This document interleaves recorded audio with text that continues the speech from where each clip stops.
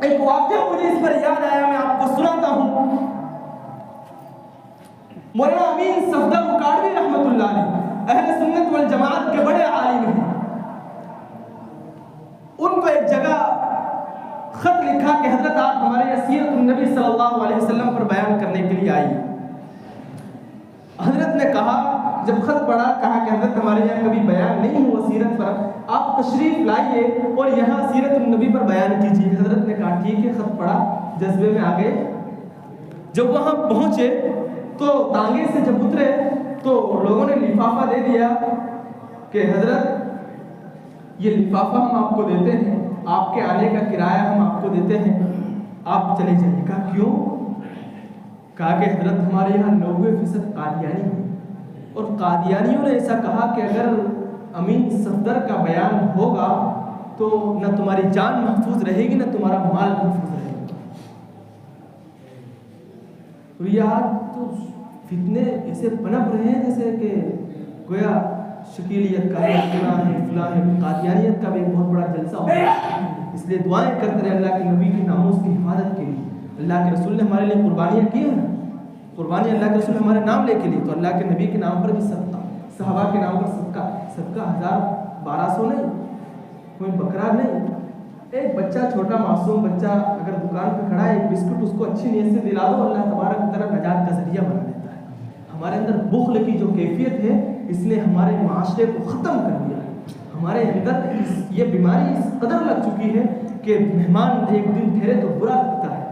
تو خیر، حضرت نے کہا کہ اب تو بیان ہوگا، میں نہیں جاؤں گا۔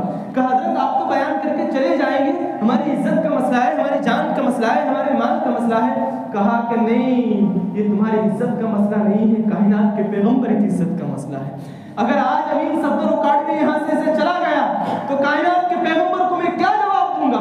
بھائیوں میں تو صبح سے لے کے شام تک درود نہیں پڑھتے ہیں، ایک مرتبہ زبان پر صلی اللہ علیہ وسلم کا لفظ نہیں آتا ہے، فالتو بیٹھے ہیں، فرصت میں بیٹھے ہیں، زبان پہ اللہ کے نبی پر درود پڑھا کرے، اللہ کے نبی کے سامنے درود پیش ہوتے ہیں، اللہ کے نبی کے سامنے نام بنام درود پیش کیے جاتے ہیں۔ اس لیے درود کا اہتمام کرے، اللہ کے نبی پر صلی اللہ علیہ وسلم پر روزانہ درود پڑھے، اللہ کے نبی صلی اللہ علیہ وسلم کی روح خوش ہوگی، آپ کی توجہ ہم پر پڑھے گی۔ اس لیے سارے درود کا اہتمام کریں گے انشاءاللہ۔ اللہ تعالیٰ توفیق عطا فرمائے۔ کہا نا اسلام میں توفیق بہت بڑی نعمت ہے، اس لیے دعا مانگے اللہ سے کہ اللہ نیک کام کی توفیق دے۔ کس کا کہا ہے؟ اللہ نیک کام کی توفیق دے، اللہ سخاوت کی توفیق دے، اللہ نماز کی توفیق دے۔ اللہ اس لائق ہم نہیں ہے کہ ہم خود کر لیں، اللہ سے کہیں، پھر اللہ توفیق ہے۔ امین صفدر اکاڑوی رحمۃ اللہ علیہ نے کہا کہ بیان تو ہوگا، تو کہا کہ تو پھر انہوں نے کہا کہ یہاں جو کوئی بڑا صدر ہو، کوئی ڈاکو ہے یہاں پر؟ کہا کہ ڈاکو ہے، اس کا نام میرے ذہن سے نکل گیا، تو کہا کہ چلو اس کو میرے پاس، مجھے اس کے پاس لے جائیے۔ حضرت وہاں گئے، واقعہ لمبا اختصار کر رہا ہوں، تو حضرت نے کہا ڈاکو دیکھا، حضرت آئے، چوک گئے، کھڑا ہو گئے، حضرت کیا ہے آپ ہمارے یہاں تشریف لائے، خیر تو ہے؟ حضرت نے کہا خیر نہیں ہے، کائنات کے پیغمبر کے ناموس کی بات آ گئی، آپ کی ضرورت پڑ گئی۔ کہا حضرت میں ڈاکو ہوں، میری کیسے ضرورت پڑ گئی؟ حضرت نے کہا آپ کی ضرورت ہے، کہا کہ فلاں گاؤں میں ہے، آپ کی ضرورت ہے۔ کہا حضرت آپ چلیے، آپ بیان کریے، میں آپ کا باڈی گارڈ بن کے کھڑا ہوتا ہوں۔ حضرت نے غالباً 3 گھنٹے بیان کیا، یہ ڈاکو وہاں کھڑا رہا، ڈٹ کر کھڑا رہا۔ جب حضرت کا بیان ختم ہوا، ڈاکو نے اعلان کیا کہ خبردار اگر کسی نے مسلمان کی طرف نگاہ اٹھائی، کسی نے اگر ان کو کوئی ایذا رسانی کا معاملہ کیا تو اس کی خیر نہیں ہے۔ خیر حضرت چلے گئے۔ کچھ دنوں کے بعد یہ ڈاکو سر پر عمامہ، چہرے پر داڑھی لے کر وہاں پہنچا ہے۔ حضرت نے پہچانا نہیں، بھائی کہا کون؟ کہا میں فلاں ڈاکو ہوں۔